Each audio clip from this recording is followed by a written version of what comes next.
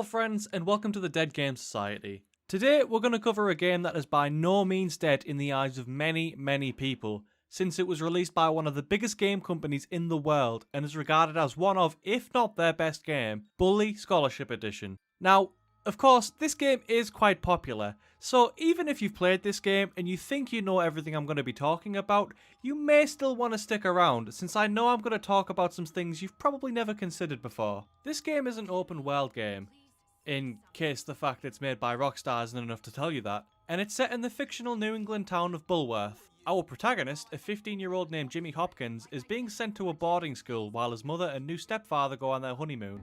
Okay, rich guy. I love it that you're twice as old as my grandfather and you're fat and bald. That's enough! From the sounds of things, this isn't the first time this has happened, and Jimmy is antagonistic towards his parents because of it. He gets dropped off at the gate, where he receives a less than warm welcome from the headmaster's assistant, and from there we're given a little bit of free reign. Being the new kid, everyone in the school is automatically hostile towards Jimmy, and while hazing the newbie isn't something new, it's surprising just how much disdain everyone has towards Jimmy in the opening chapter of the game. Jimmy's no pushover though, and after being sent to his dorm to settle in and don his new uniform, we're given our first tutorial on how to fight in the game, when the bullies of the school decide to test Jimmy's mettle. We win, which non-surprisingly pisses off the leader of the bullies, Russell, your stereotypical caveman gorilla.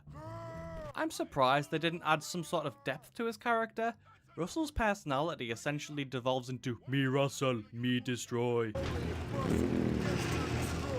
Minutes later, however, we meet Russell's antithesis, and also the game's primary antagonist, Gary Smith, who offers to take us, both as the player and as Jimmy, under his wing while he shows us the school. We follow him around for a bit, learning the layout of the building and some of the characters, including Eunice, who we also learn about the cliques of the school, all of which are total stereotypes, but thankfully aren't cheesy enough to kill my belief that these are all real characters. We finish the day off with our first class, Chemistry, which introduces us to the way classes work in this game. Much like games like Harvest Moon or Dead Rising, certain things are only available at certain times, and you always have to pay attention to the time of day if you don't want to miss your classes. There are no drawbacks for missing class except a minor trouble level for truancy, but there are lots of benefits for going. The minigames that you play in these classes aren't as educational as you might expect, but they all relate to their topics and they're very serviceable. Some of them, like Dodgeball and English, I found to be really fun. Others, not so much. In the Scholarship edition of the game, there are 10 classes spread across a 5-day schedule, with 2 classes a day and only 5 days a week. I guess we just blank out the weekends, huh? Completion of these classes grant you rewards, such as the ability to craft items at your chemistry set, or learning new grappling moves. There are 5 classes in each, so you'd have to show up to both classes a day for 50 days straight in order to unlock everything, and 2 classes out of the 10 aren't even unlocked until later on in the game. It's a really neat reward system and makes you feel like you're steadily integrating yourself into the school. After class, we're given some more character introductions as the missions progress. It's worth noting that each of the 5 chapters in this game revolve around you dealing with one of the 5 different cliques, though some missions from other cliques are often sprinkled into the chapters as you go. We also meet a homeless veteran of the Korean War who teaches Jimmy military fighting techniques, although they really aren't as special as he first makes out. You do me a favor, and I'll show you some real moves. Classified moves. Real special army stuff. Cool. An uppercut? Really? We have a mission set on Halloween, which is a one-time event filled with pranks and shenanigans. I really wish they did this event in every chapter, but you can only play it once, since this game doesn't run on any type of calendar. At the end of the chapter, we find out that Gary has been whispering into the ear of Russell, remember him? And he wants payback. So Gary lures you into an underground fighting ring, which not only does everyone else seem to know about, but again, only makes one appearance in the whole game. You can revisit it later on, but there's no reason to. This seemed like a missed opportunity to me.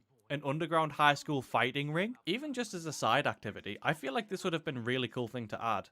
They did it in the Warriors, but that game's all about fighting. Getting back to Russell, we beat him, which earns us the respect of our first faction, the Bullies. And it's here that we don't see any more of Gary until very much later in the game. This always struck me as a narrative plot hole. Could you imagine trying to avoid someone in a school this small every single day? Even if you didn't share a class with them, look at the size of the boys' dormitory. It's never explained if Gary actually lives in the dorm or not, but he's in there enough times in the beginning of the game, so you'd assume he did. Anyways, the first chapter concludes and what's this? The gate opens up?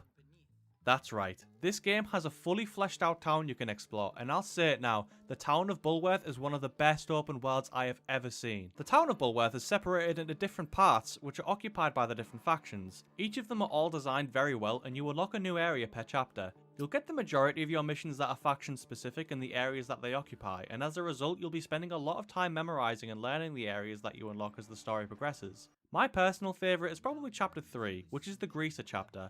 I love the Clique, I love the fact it's Christmas time, I love the architecture of New Coventry and its sort of urban New York ghetto aesthetic. It fits so well with the Greasers and their style. I love that about all of the areas.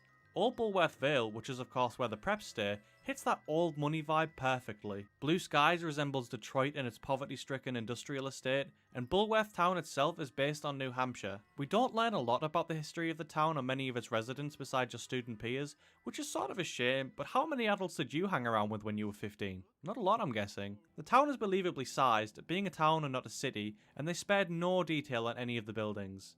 So you know what that means, it's time to talk about bikes.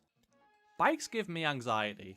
I hate going too fast on them and I hate seeing other people go fast on them. It makes me nervous how it can be life and death with these sorts of things. You ever see those GoPro videos of mountain bikers speeding down hills?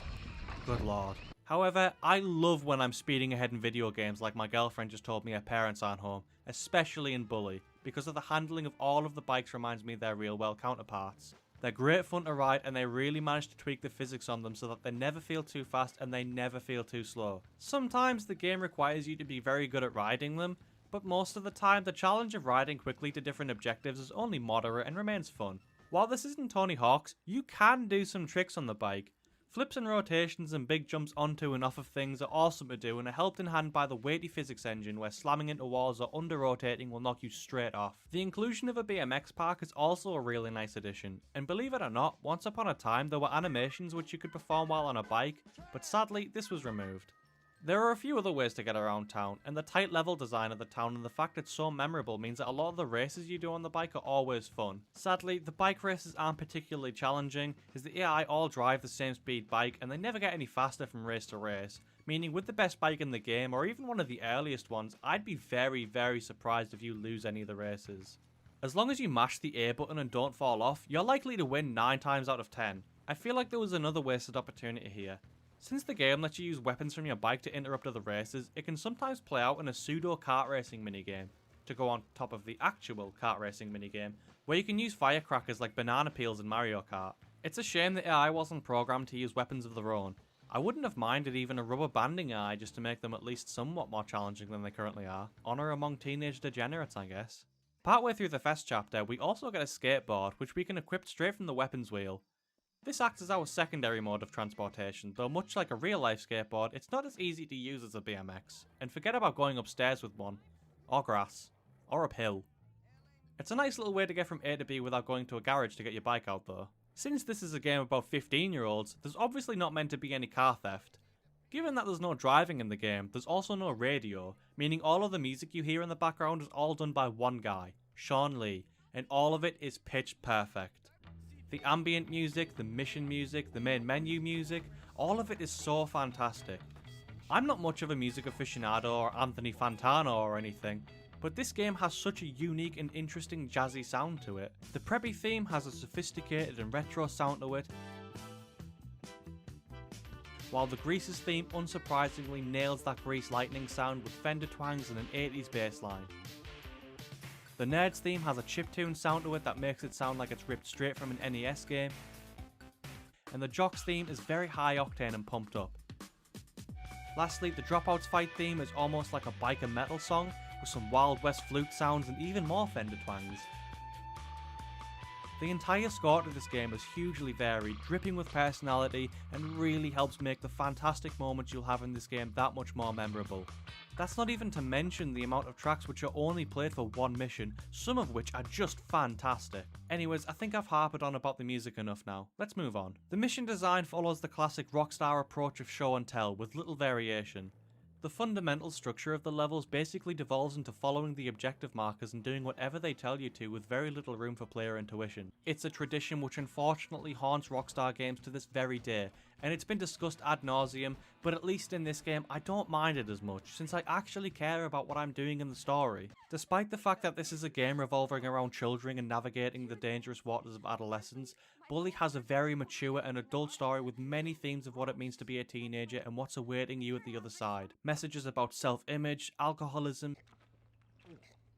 paedophilia, elitism between classes, your first love, and of course, bullying.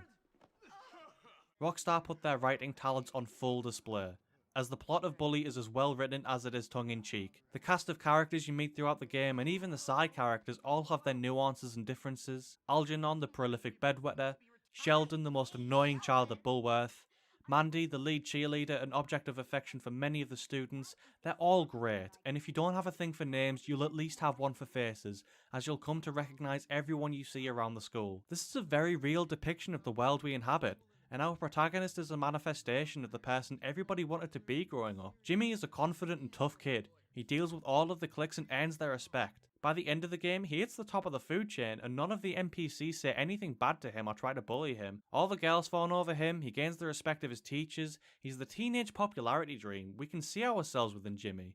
And that, to me, really helps sell the story. Because if we're not interested in the character, why should we be interested in anything they do?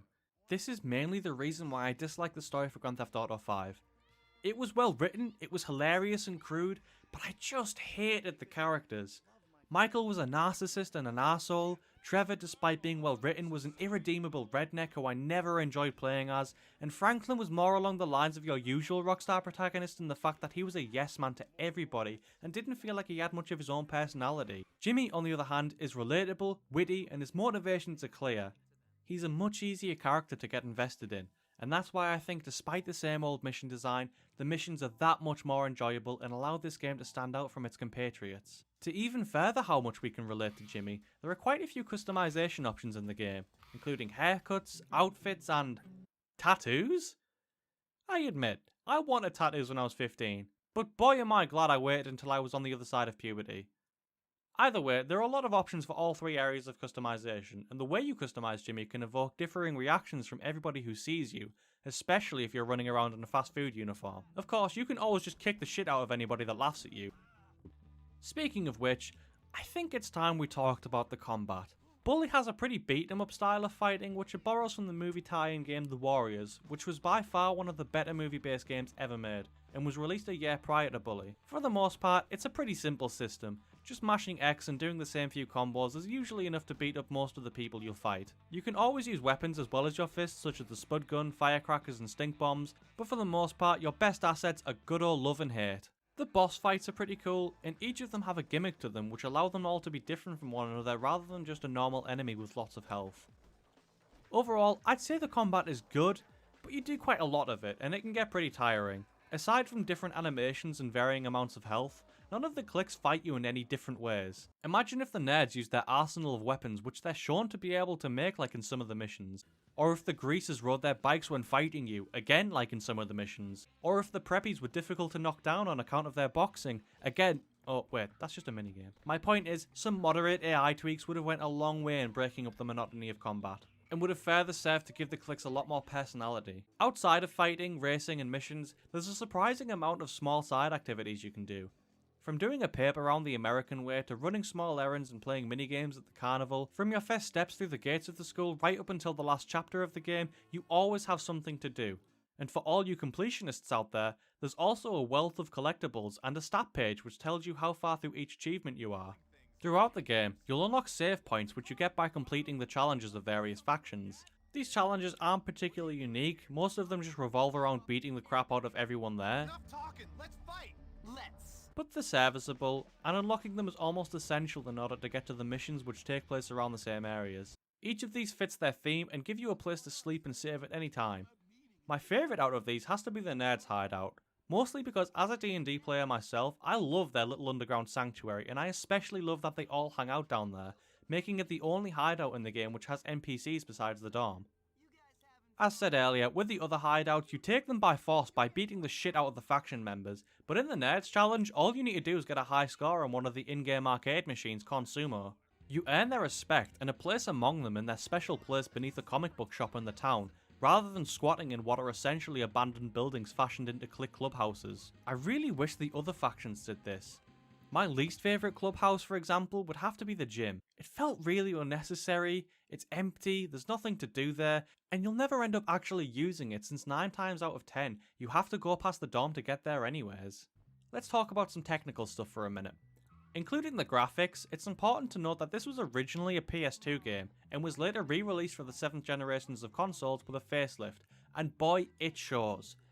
The version of the game I'm playing, which is the Scholarship Edition, was one of the better re-releases of the 7th generation.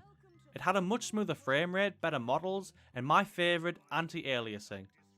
The PS2 version is also noticeably darker than the re-release. Other than the graphics, which considering this is a re-release are fantastic, there's a lot of unused content for this game. I'll leave a link in the description to a wiki with the comprehensive list of everything not included in the final release, but this game went through some weird phases of development. From what I know, this game was a side project, while Rockstar worked on Grand Theft Auto 4. And while it certainly isn't a bad game, some parts of it definitely feel rushed. Gary, for instance, is a very weak antagonist. I said earlier that he was a great character, and I still stand by that, but other than passing references throughout the main chapters, after he betrays Jimmy for motives still unclear to this day, he essentially never shows up until the game's climax. He does turn up every now and again in some cutscenes, but it's mainly only to provoke the faction leaders against Jimmy, and we don't really get a real sense of what he's doing behind the scenes all that time. Now sure, the idea of having the antagonist pull the strings behind the scene isn't a new idea, nor is it a bad one, but until the final chapter, there's no hint that Gary's really doing anything to manipulate the cliques into hating Jimmy. His plan to rule the school, as he proudly proclaimed in front of all of the other cliques, I mean seriously, why does nobody pick up on this? Is also pretty short-sighted. He gets all of the cliques to brawl and vandalise the school while he ties up the headmaster so he can... what exactly? Get sent to prison?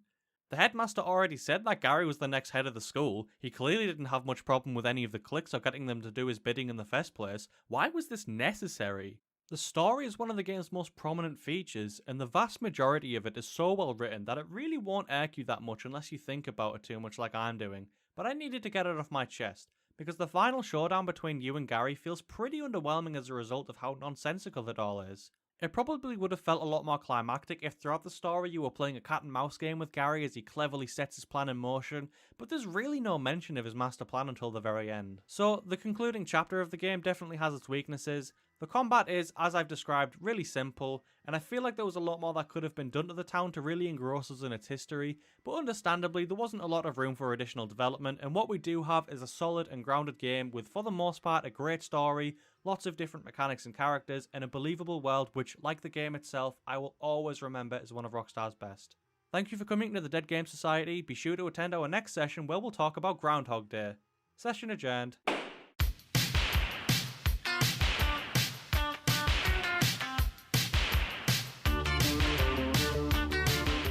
Hi, it's me, Sheldon.